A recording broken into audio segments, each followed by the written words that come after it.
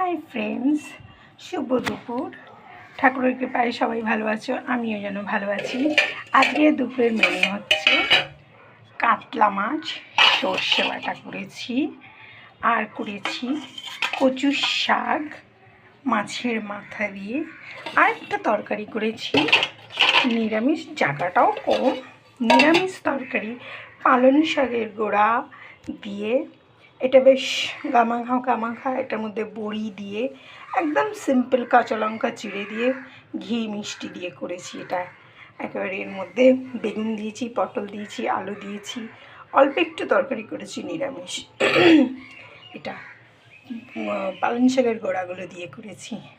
আজকের মেনু এই ছিল। আর আছে গরম ভাত, ধোঁয়া ওঠা। দেখো, ভাতটা তো সবার বাড়িতেই হয়, কম বেশি না, ভাতটাই মেন, সবার বাড়িতেই হয়। তাহলে এই ছিল আমার মেনু আজকের। তাহলে ফ্রেন্ডস, টাটা, আবার নেক্সট ভিডিওতে দেখা হচ্ছে, বাই।